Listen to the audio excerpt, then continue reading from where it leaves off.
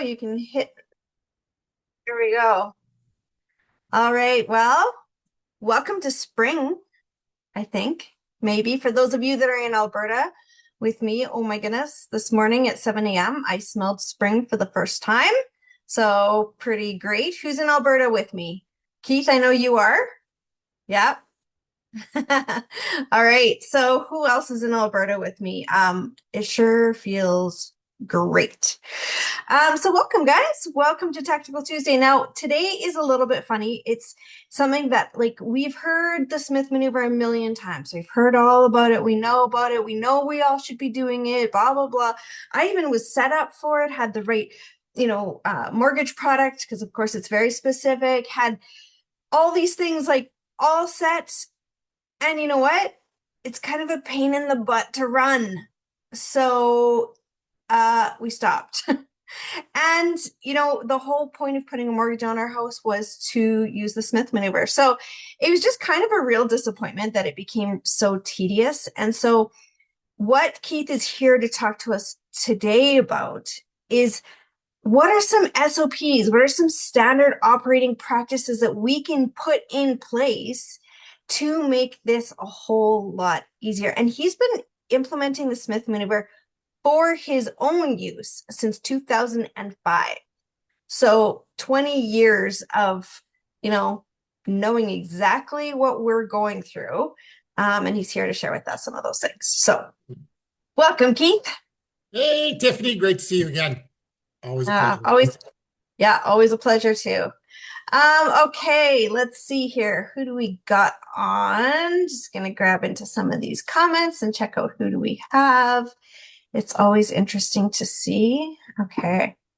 And I have 3 screens tonight. This is very exciting for me. So I am going to just rearrange though, because that is, now that we're live, it changed things. It's so interesting. Facebook is not my friend, but all right, here we go. All right. So you know what, guys, a lot of you are watching on the replay. Thank you for letting us know this when we asked. A lot of you are telling us, okay, well, we're watching on the replay, not necessarily live. So we're going to ask Keith the questions that we have so that we know that these things are getting covered. So first off, hey, Tyson. So we got BC, Calgary. So you guys are definitely in spring. Saskatchewan, can't see who that is. Oh, probably Ange, maybe. Okay, so you, Keith, have been implementing the Smith maneuver since 2005. Let's talk about why you even started to implement it. Why is the Smith maneuver so powerful? Well, I started, first thing I did was I read the original book.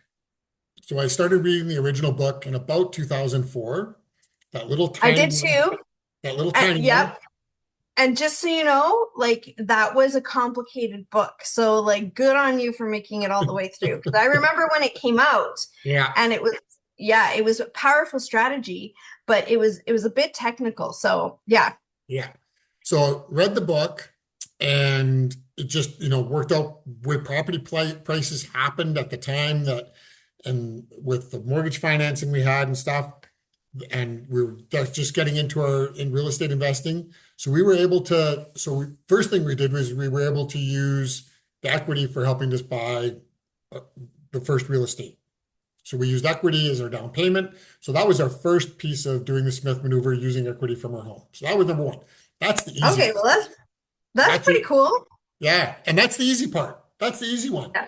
Where people get complicated or people get confused or have a problem in that is depending on how that financing was set up. Like, did it just come out from a HELOC? Did they refinance and build it into the mortgage?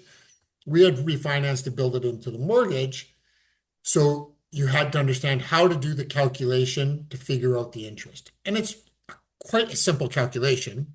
It's whatever the dollar. So let's say it was, if your total mortgage was 100,000, you used 50,000 out of your mortgage for down payment. 50 divided by 100 is 50%. Your interest, you get your statement for interest at the end of the year. Your statement for interest at the end of the year was $1,000. Multiply that by the 50%. Your tax deductible interest is $500. That's the simple calculation for that. Now, Okay. people will do things that make it more complicated. Okay, so that's what we're here to talk about, guys. So lots of us have heard about the Smith maneuver, right? But it's we make it more complicated because when I hear it done and when I talk to people who are doing it, I'm like, oh yeah, no problem. Like that's so simple. But we maybe do make it more complicated. So it is a pretty diverse thing that you can kind of go into all kinds of things. But as investors, it's especially powerful.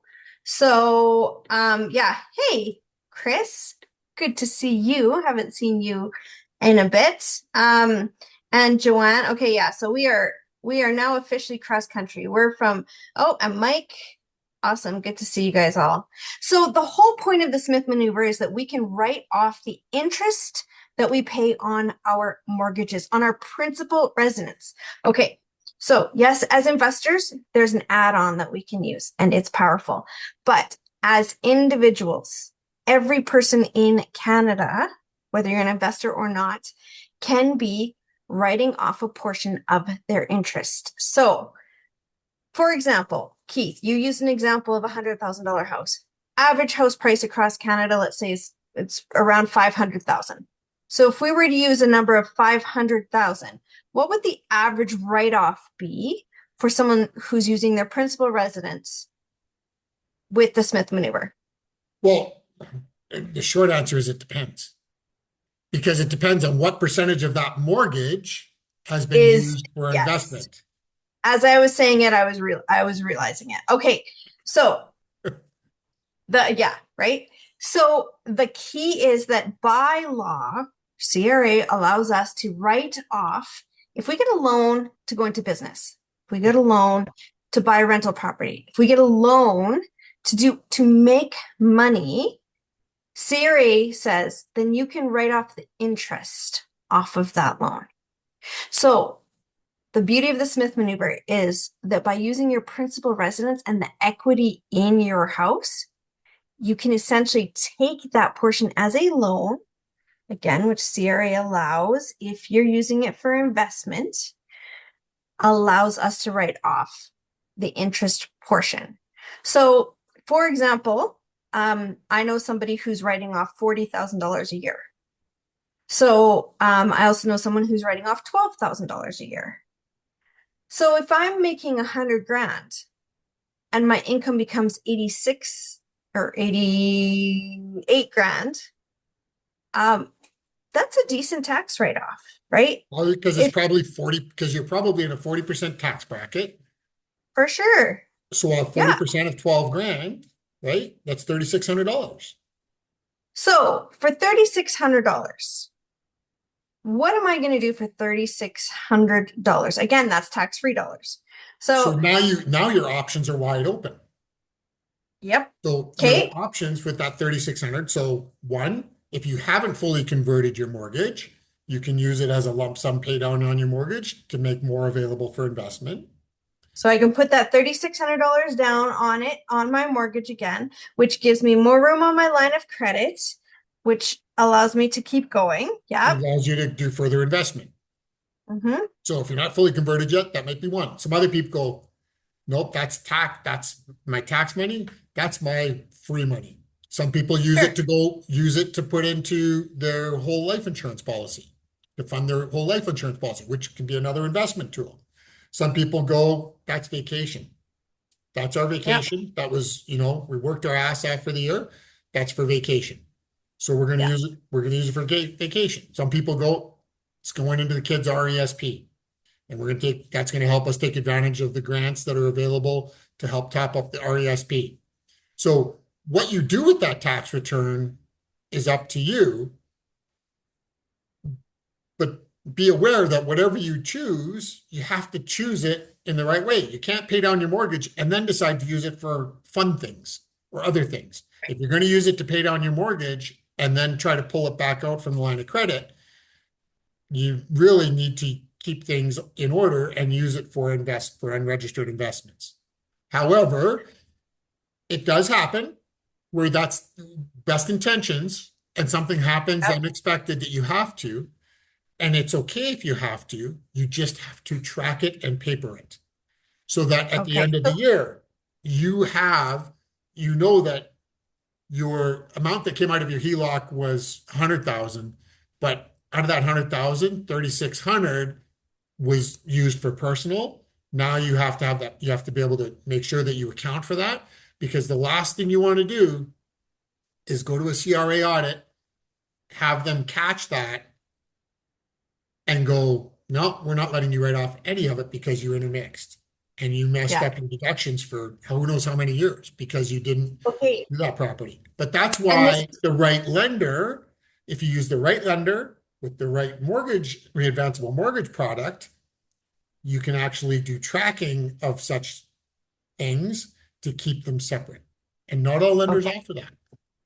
Oh, okay. Okay. So first of all, not all lenders will offer the proper products that can be used that that are compliant.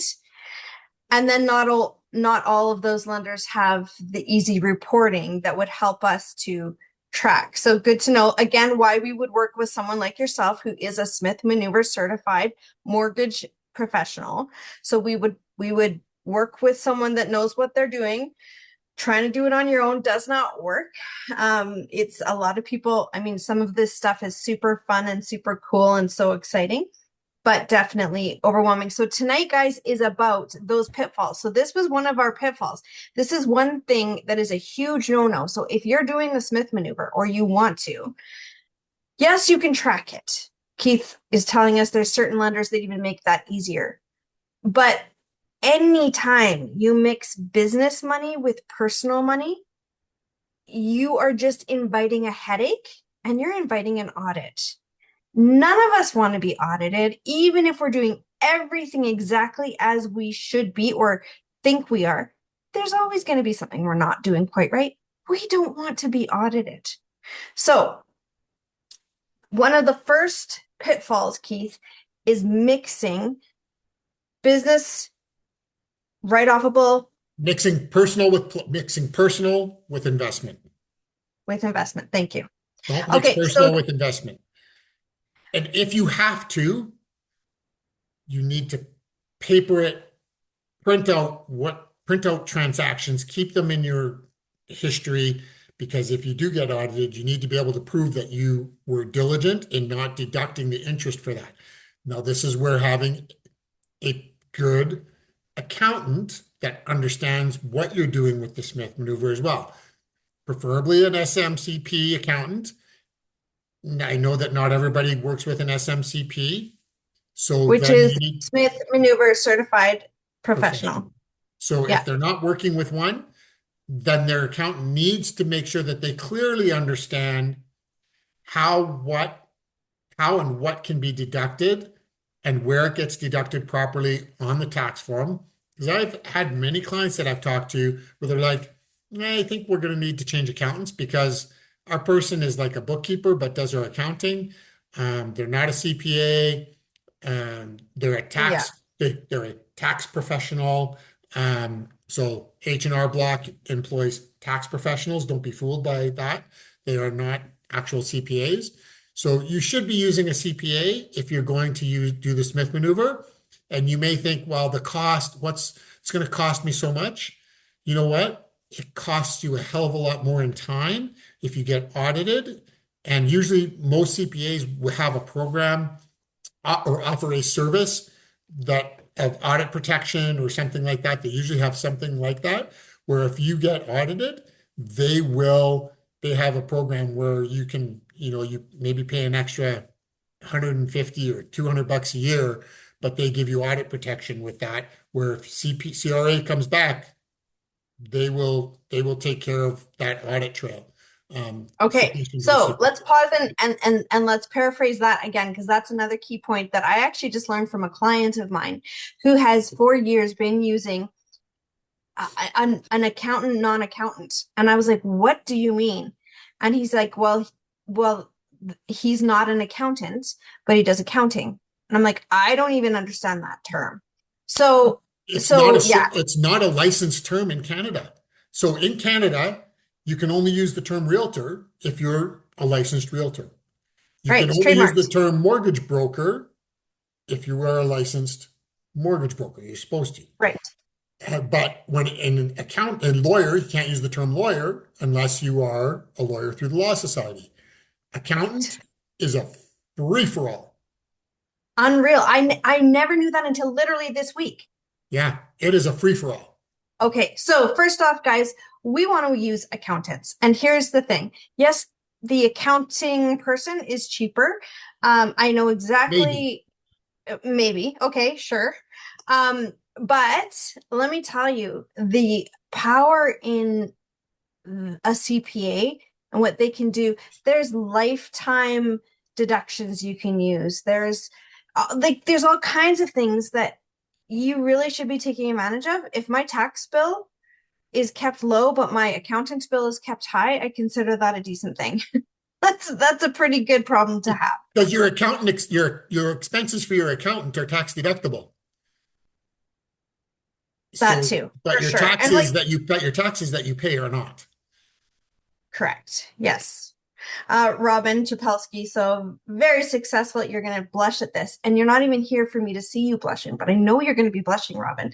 When I say successful businessman, investor, human, says it's well worth the cost to use a good accountant. It costs you more not to. And that's just like total, yeah, putting it in a nutshell. I've Perfect. Okay.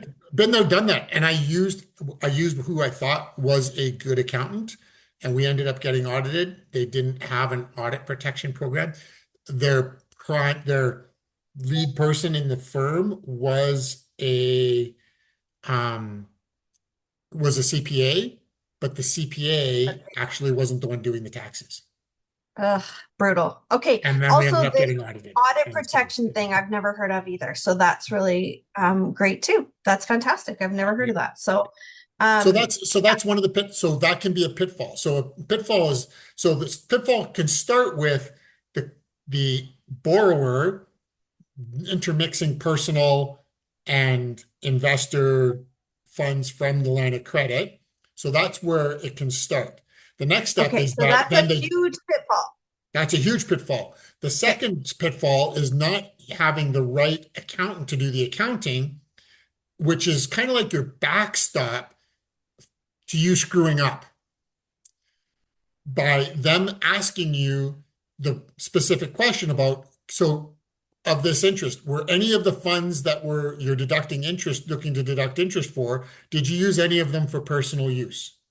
So literally, if you took some money off that line of credit and went out for dinner, that portion of that use of the line of credit interest cannot be written off and needs to be documented. You're saying very, very well. It The only reminds way it me, would be, Tiffany, would be if that dinner was you and I going out to be a joint venture right, partnership to talk investing, then business expense. sure, right. But I mean just dinner for Dinner you. for the family? No.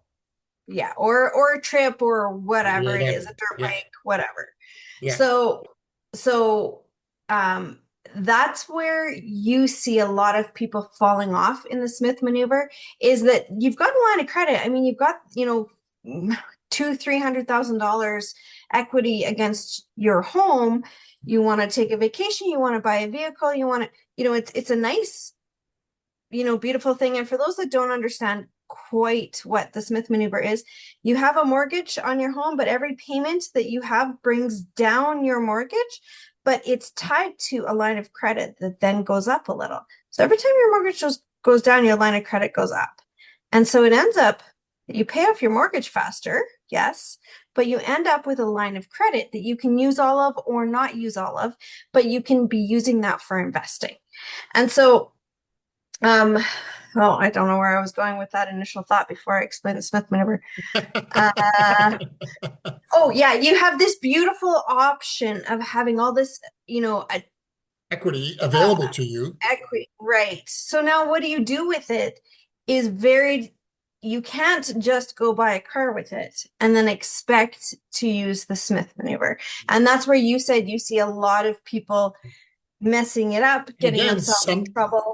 some lenders offer an option where, let's say you have a $200,000 line of credit or $200,000 worth of equity available. And you're like, well, we're not planning to invest it all.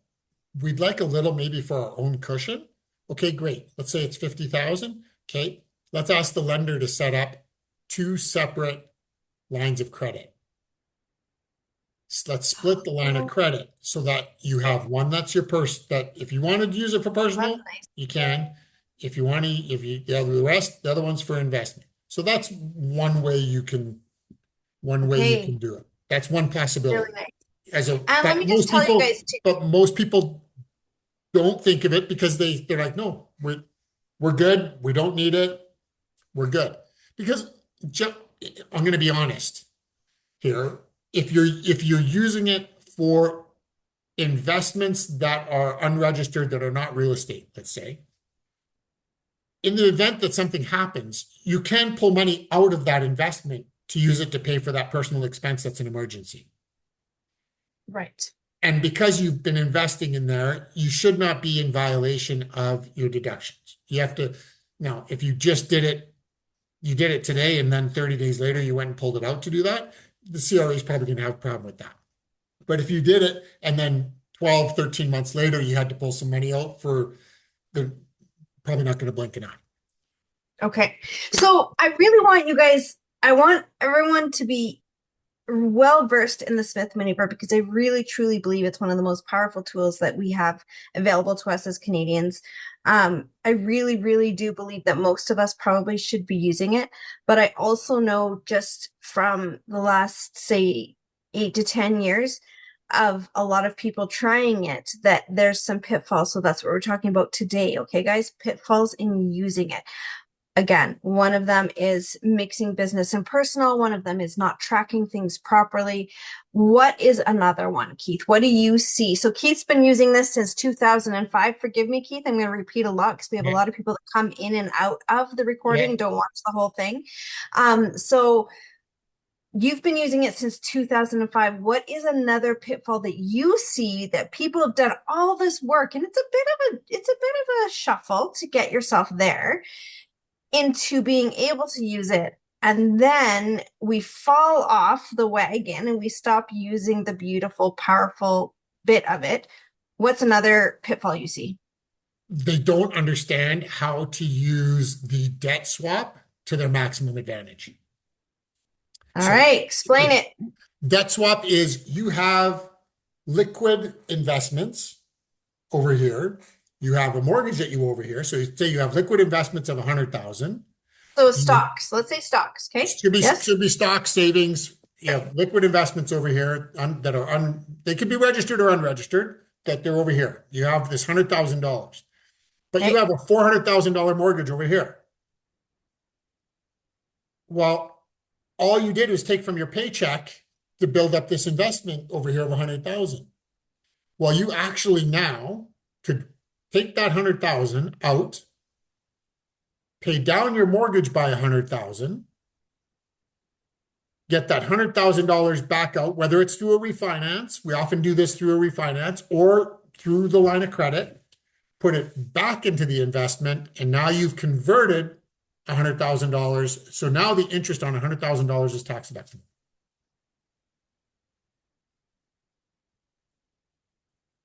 Now, if some people have money sitting in a TFSA and they want to put it back into the TFSA, you can't. So if you pull money out of a TFSA to do this, you can't put it back in the TFSA. Depending on the performance of your TFSA, you may or may not choose to do it. So that's a pitfall that people also run into when trying to do a debt swap, is they think they can put the money back into their TFSA and they can't. You have to put it back into something unregistered if you're going to do that. But you can use but here's the thing. People think, well, but my TFSA is tax-free and it's great, fantastic. Would you rather create a 0% net mortgage over the life of your mortgage? Or are you worried about the little bit of tax you're going to save by keeping that money in the TFSA? Like there's a balance, it's a bit of a mindset shift and a bit of a mindset piece that you have to be aware of. So you have to be cognizant of some of those things. But so it can work, and depending on the amount, right? If it's a really large amount, maybe it doesn't make sense. If it's a smaller amount, it might be like, yeah, you know what? This is a great accelerator for us to start working towards it. So there's different pieces there, but it can be a pitfall. So, okay, so in the Smith maneuver, we've got the kind of base foundational thing that any and everybody can do that has a mortgage and is It maybe has a investing, readvanceable mortgage. right? Sorry, that has a certain mortgage product. Yeah. Again, that you would use someone who knows what they're talking about, a Smith maneuver certified professional, to get, but that person would then be investing in stocks or in whatever it might be, mortgages or businesses, whatever it might be. But it's an investment that is expected to create income or a return, I guess is a better Yeah. word. So any Canadian can do that Yes. and should probably be doing that. And then there are levels and different things that can happen where depending on your setup, what you do, what you invest in, who you are, you may be able to take advantage of about 6 or 7 other little offshoots. And so this cash damming one you're talking about is an offshoot Well, of this the one main is the one. debt swap. This is the debt swap, not the cash Sorry, down. sorry, sorry, that's right. Sorry, the debt swap.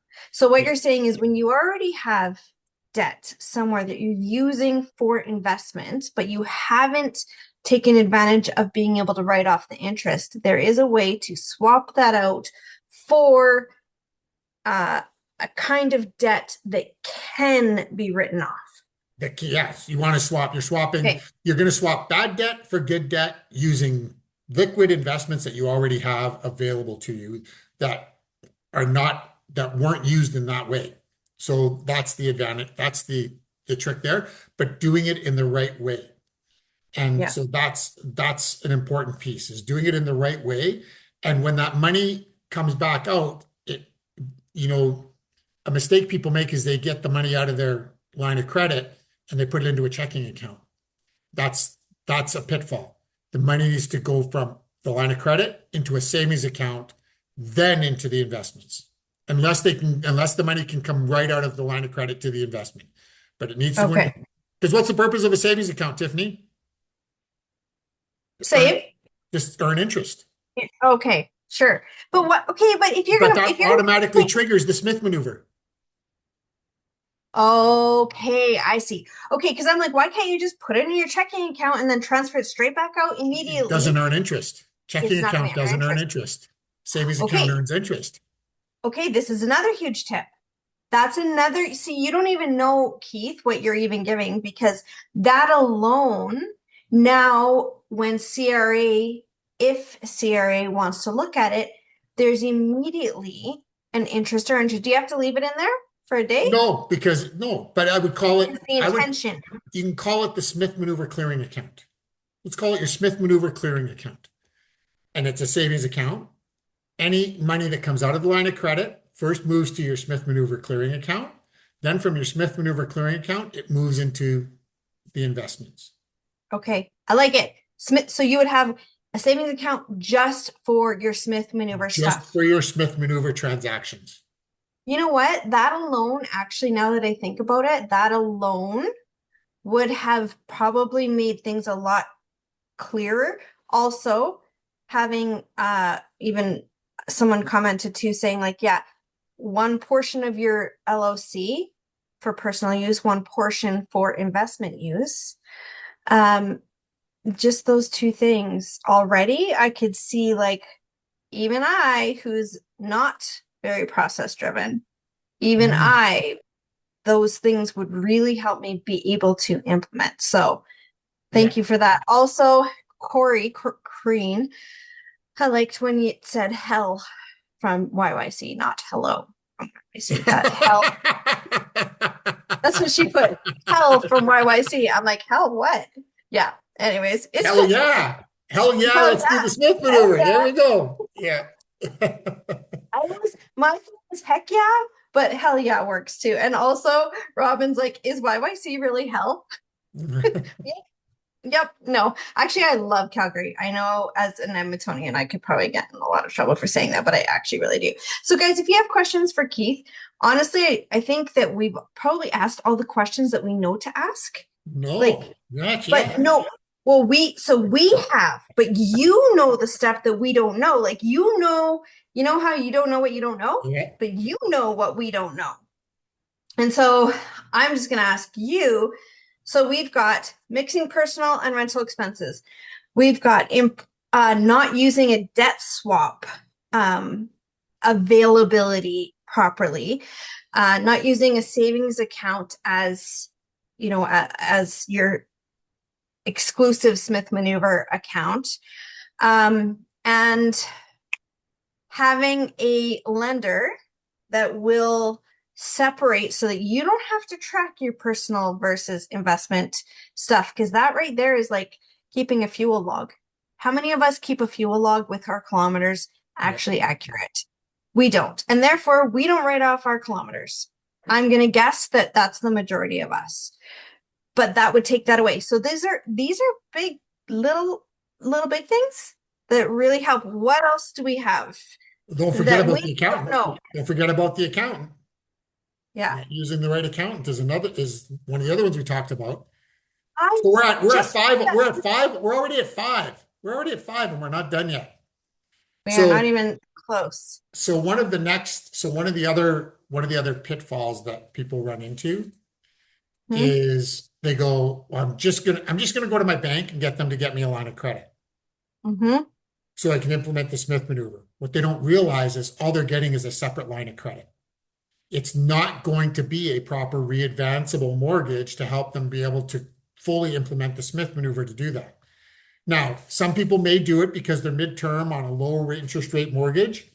And so they may go and get that line of credit because they want to start investing, but know that you can't fully implement the Smith maneuver strategy doing that. You can partially do it because if you use that line of credit for investing, you can deduct that interest, but you're not working around converting the rest of it. So Your that, mortgage. Okay, so the whole point of the Smith maneuver. So when Robinson Smith's dad came up with this, he basically was a wealth planner, figured out the fact that, hey, wait a second, like one of our biggest expenses as Canadians is interest on our mortgages.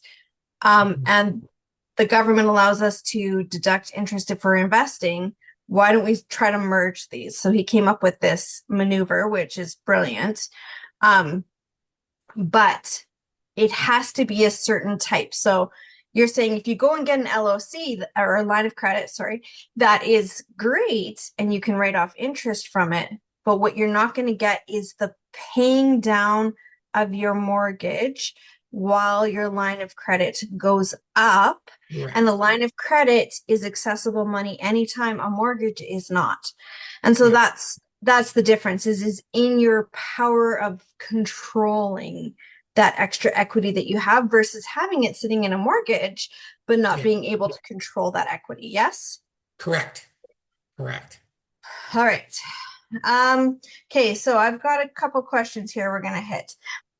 um You know what, Alan? I was going to actually say, okay, so the question is which banks provide separate buckets which within one HELOC to keep track of personal debt versus investment debt? And I'm going to just answer this for you, okay, Keith? Yeah. I'm going to answer it for you because I know that there's things that are proprietary in your business that make you a massive asset to me versus going to my brother-in-law, who is also literally a mortgage broker. But I'm going to use you because you know this stuff, and I'm going to leave that in your bucket. Okay. So I'm going to let you keep that as your trade secret because that's what makes you powerful for us. And I'm not going to ask you that question. But Alan, I want to know too. I totally do. But I'm not going to ask it because I'm going to try to not. I love these. Okay, so you guys are saying that there's mile IQ and trip log for kilometers. I wish maybe I'll try it again, but holy, I've tried a few times. Okay, Carrie says I've I've completed the Smith maneuver. Now, what happens with my totally tax tax deductible mortgage if I want to move to a different house? Oh, good If question. Okay, should I keep going or do you want to answer them one Nope, at a keep time? going. Yeah, let's answer it one at a time. Okay. Okay, So what if I want to move to a different house? okay. One of the keys that you want to consider is one, are you going to port? So there's actually two. One is, are you going to port your current mortgage to the new house? And are you decreasing, is your mortgage going to decrease or increase when you make that move? So that's number one, because most people don't. Okay, okay, wait. Are you going up or down You're in going the up or next house? down. You're moving up, Okay, yeah. moving down. So that's number one. Okay. But number two, so if you're porting, it's pretty straightforward. What happens sometimes is people don't port though. They go, well, I'm with lender A and I want to use lender B now for my purchase. Where the issue can come in is that people don't often want to close their sale and close their purchase on the same date. That can be problematic when you've implemented the Smith maneuver Okay, because just wait. Let me absorb. So for one, let me just explain. Porting means you would take the same mortgage product that you're already in and you would port it to the next house, but it would remain exactly as it sat at the other house. So same product, but the amount you owe may change depending on whether you're moving up or moving down. okay. So that's porting. Okay. That's porting. Okay. Now you're saying there's also if you port with more Not you're money or not less, porting. Now, if you're not porting, okay. you're gonna pay out lender A and you're gonna get a Mhm. new mortgage with lender B. Maybe it's because rates are better. Because your closing dates don't simultaneously close around the same time. Well, that could be, or just you're not happy with the lender you were with or rates, whatever. Okay, okay, But if sure. you don't close on the same date, one of the things that can cause a red flag is the first mortgage is deemed to have been paid out beforehand, and they can say that you are starting afresh when the new one goes into place. And so They you who? know CRA? CRA. So, but by doing it on the same day, it can be shown as mortgage A being paid out with the proceeds from mortgage B without any violation of that changeover. So it's just a little, so one of the things that I've heard from tax accountants in this is the prefer, if you have fully Smith maneuver converted, to try and do it on this, your sale and your purchase on the same day if you are going to a different lender. Okay, so here's the little I don't know, pin in the wheel.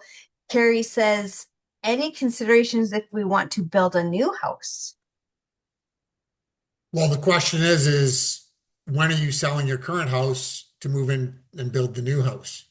But even if you build, you're probably using a construction loan, not a mortgage. No? Is Correct. that right? You're probably using a construction loan and it's probably not a readvanceable mortgage product. Unless you're using a private lender, you could be using a private lender to build that new house.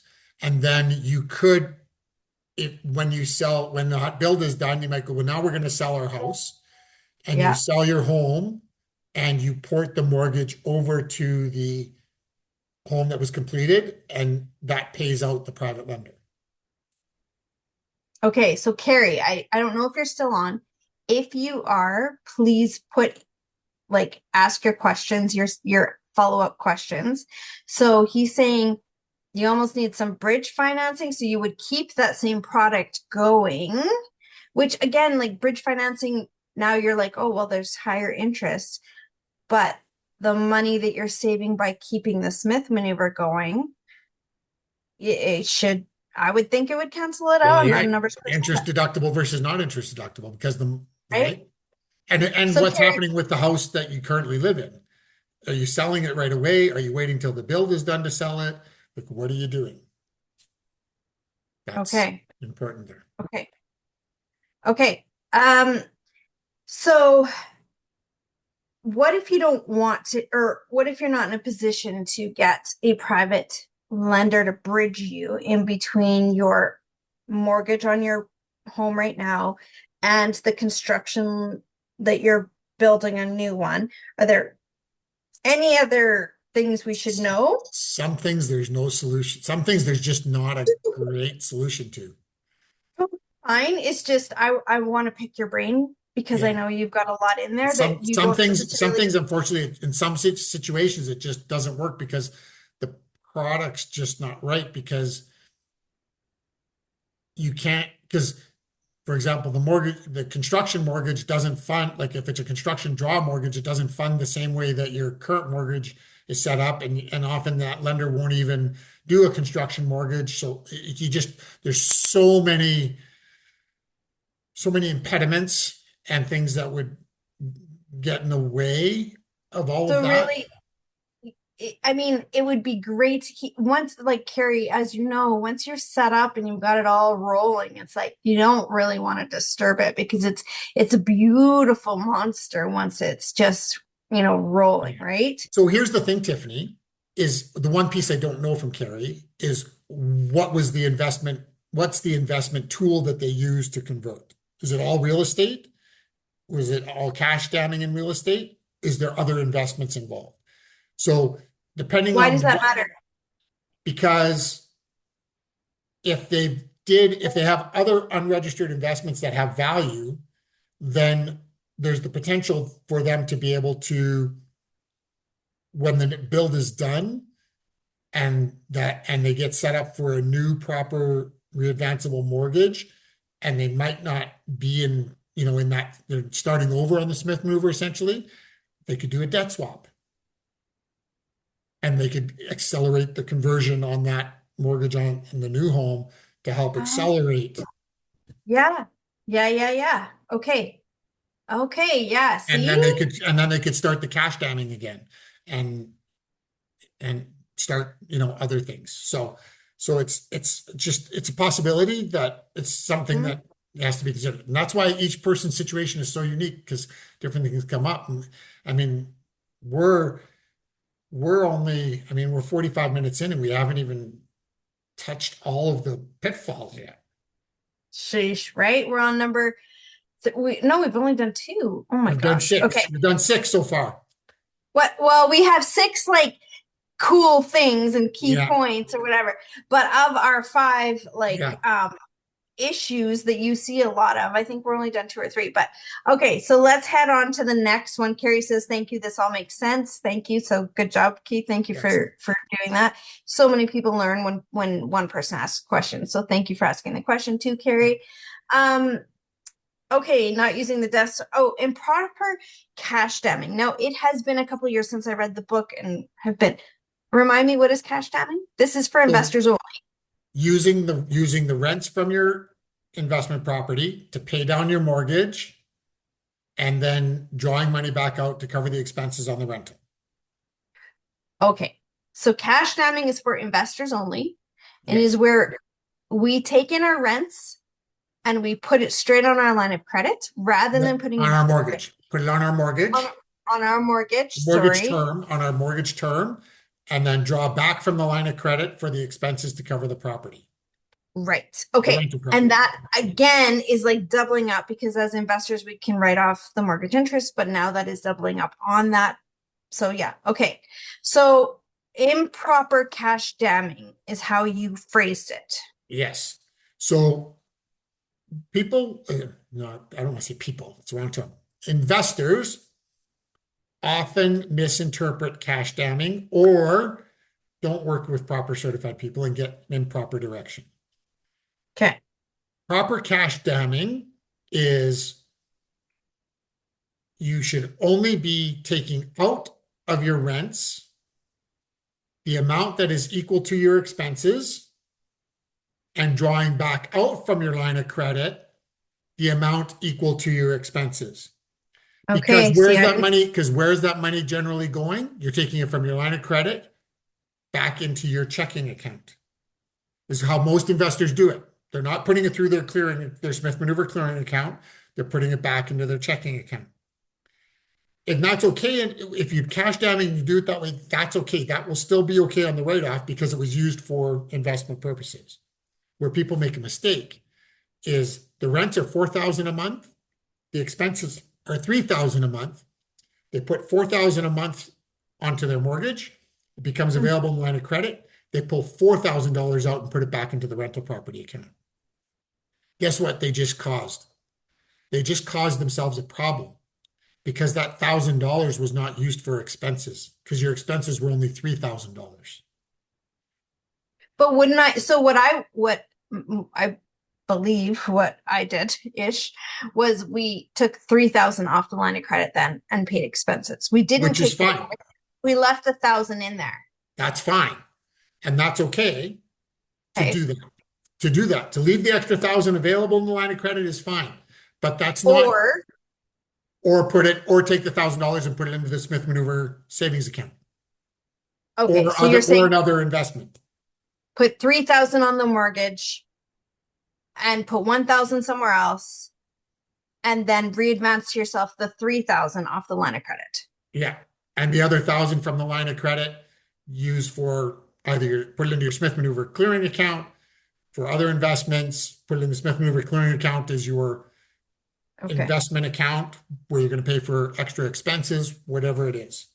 So you're still maximizing your Smith Maneuver, but you're not violating the rules. This is a huge mistake that investors make, and I see people who are not Smith Maneuver certified professionals who say they talk about cash damming and they don't break it down to explain it has to be expenses.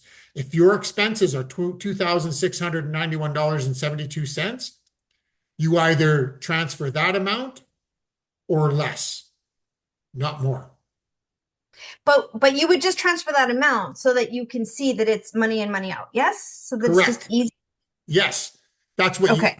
However, when you're looking at so we talk about as investors, and I know you believe in this, Tiffany. I've known you for years. We talk about building up our reserve fund, having our reserve, having our 3-month reserves in our bank account for our rental properties, right? Having our reserve fund. Yeah. Well, so if your reserve fund is $12,000 for a property that has $4,000 a month and or $3,000 a month in expenses or whatever it is, and you have that $12,000 sitting in your checking account for your rental property. Mm-hmm. It's earning you no interest. Mm-hmm. It's not providing you any tax deductibility. It's just sitting there creating fodder. And then you have 100 of those. Yeah. You have 100, look, you have one of those, you have two of those, Or maybe you have whatever. three Yeah. or Yeah. four of Yeah. those. Mm-hmm. Why not take that $12,000, use it to pay down your mortgage, pull it back out of the line of credit into your Smith Maneuver savings account, and if you have expenses that need to be covered on one of your rental properties, you now do a transfer from the savings account to the rental property account to cover that extra expense. You need a new fridge, whatever it might happen to be. And it comes off the line of credit. And guess what? Then you're also then earning a little bit of interest on your money, on your reserve fund money. Right. Interesting. Yeah. Yeah, because that's like the nemesis of every investor, right? It's like you've got all this money just sitting in this pot, and you're like, I could be buying more properties with this, but you know that you shouldn't. So you're saying that this is a way to kind of get a little bit more out of it. So, It's a way to create more tax deductible interest on money that you're going to hold on to anyways. So let's mhm, take advantage of it. why not? Yeah, makes sense. Okay, so Robin is saying, and I just want to clarify this both for him and me. So he's saying, yeah, you pay your mortgage payment, condo fees, insurance, etc., out of the line of credit. Yes. But what if you're just $1 over?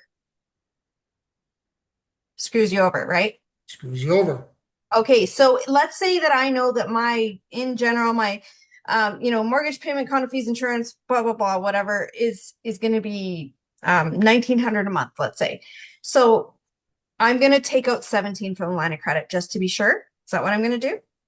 Well, if your expenses, if you know your expenses are 1,900, you can take out 1,900. But I don't want to calculate it every month. I don't But want to know it when should be my the same. my So it should be the same every month. twice a year is going to change. between the property taxes and the mortgage rate, it's going to change twice a year. I don't want to keep up with it. I don't have the And time and energy to keep up the with it. condo fees are going to change Condo too. fees change. Yeah. So I don't want to do that, but I want to just build in kind of a buffer so that I don't have to think about it. Like, yes, maybe I'm leaving a little bit of money on the table, but if I were to say 1900-ish is what it's going to be, I'm going to take 1700 and then I'm safe for, I don't have to review it for a You couple of take years at a time. 1850. You can take 1850 because, February often, depending on how your bank calculates your mortgage, Right. February could potentially be like if you're paying biweekly versus not, like that can mess So things as up. long as I'm under, As as long as long as you're I'm under, under. as long Okay. as you're under. Next question. Are you okay to transfer back to the property account for the exact amount of expenses? Yes. Yes. Exact amount Okay. of expenses. Okay. Perfect. Writing in, she says, I feel like we're going to have a part 2 and a part 3 of this session. Yes, this is the thing. This is such a powerful thing. I want everyone. I really, really do want everyone. Like my family, my friends, I'm always telling them and sending them like replays of the Smith maneuver stuff, sending them books of it. Like I really, really do believe in this strategy, but I also know that the little nuances are what matters. And so that's why, Keith, I'm like, Kate, like we get the big picture, but just give us a little stuff. So you're giving us a little stuff, and this is awesome. So, number 4, not using tax savings efficiently. What does that mean? So when you're not understanding that often people accumulate a line of credit to 75, they build it up, 75, $100,000. And so that's fantastic that they do that. There's kind of two parts to this, but they don't realize that they can contact their lender and convert that 75 or $100,000 to a term portion. And there's times where that can be highly beneficial. Can still be readvanceable, but you've already converted that money, so that's great. But you can help your wealth. Would you rather pay 4.95% or would you rather pay 4.24% on that money? Even though it's 100% tax deductible, most people would still love to save the interest. Yeah. So that's one piece. But then that tax efficiency ends up coming back. Angie asked a question about qualifying power. And so by converting it to a term portion, it actually helps your qualifying power because now it's based off the actual rate of the mortgage versus the line of credit at 25 years at the contract rate plus 2%, so 6.95%. So it does make a difference in your qualifying based on how what you have are showing in that line of credit is available and used. So because different lenders do some use what's used, some use what the limit is. So that is another piece of creating its tax efficiency and also mortgage qualifying efficiency. Okay, so those are kind of connected. I will say I love your brain and I usually can follow, but I got lost there. Okay, no problem. So what happens is you have your mortgage term and your line of credit. And over time, as you do the conversion, your line of credit grows. So now our And line your of credit mortgage is goes down. growing up to $100,000. We have a $100,000 line of credit. We're paying prime plus 0.5%. We're paying 4.95%. We can contact the lender and say, hey, Mr. Lender, I'd like to convert my $100,000 line of credit that I owe on my line of credit. I'd like to convert it to a mortgage term. What are my options? And they say, we can change that line of credit into a mortgage term with 30-year amortization at 4.24%. Okay. You go, great, let's do it. So that 100,000 is still tax deductible, but now it's a separate mortgage term The interest on it will be 100% tax deductible because you properly used it for Smith maneuver. The interest is still tax deductible, but you're paying less interest. Even though it's the whole interest savings, you're still paying less interest. Most people in their brain somewhere, they want to pay less interest. So I'm going to do that only if I've used that on a really long-term investment. No, it doesn't matter. If you've used it for investing for the Smith maneuver, doesn't matter. If you've used it to lend out on a short-term mortgage, maybe you wouldn't.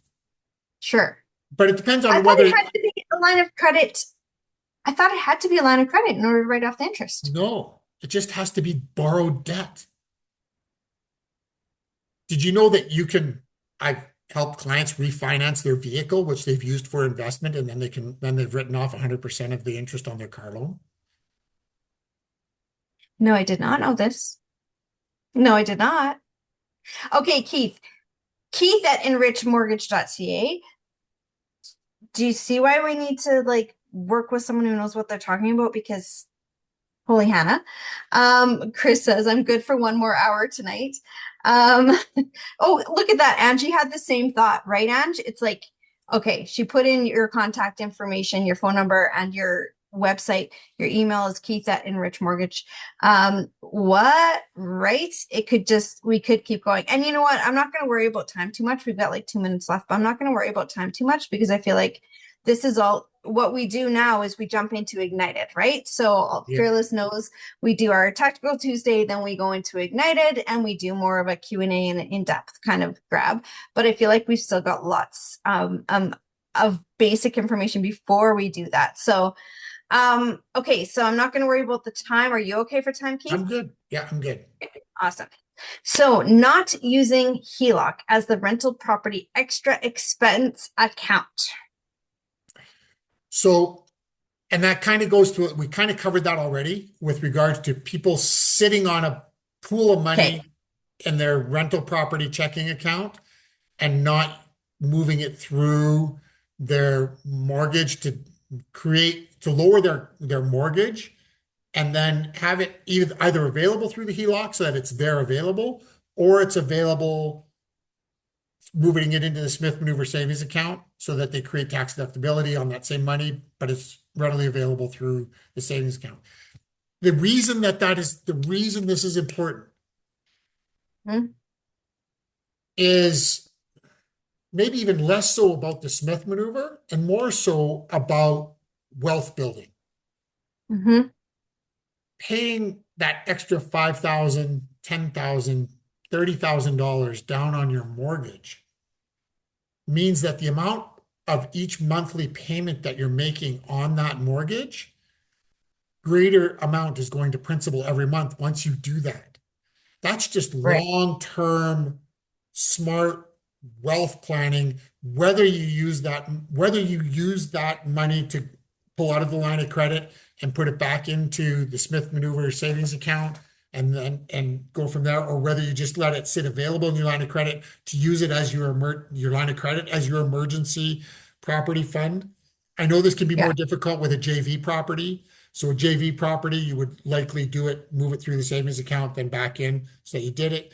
But this is something that is so critically important that people don't sit on cash that hasn't been used to help them build further long-term wealth by just understanding just little nuances of what is the difference. Like, I don't have the calculation in front of me, and most people, you can do this easily with calculators online.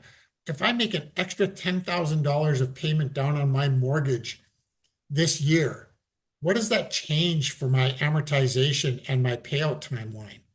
It's going to be Okay. huge. We're gonna do that. We're gonna use your brain in Ignited in our laser session in a few minutes. We're gonna get you to actually do that for us because it is huge, and I want to see how it actually comes down and works out. So, yeah, it is huge. It's our biggest expense. So why wouldn't we try to utilize it better? So, yeah, okay. Let me just make sure. Last here. Yep, we're good. Oh, no, just wait. Sorry, Laura, can you repeat or elaborate on the line of credit conversion to a mortgage term? How can I elaborate on it?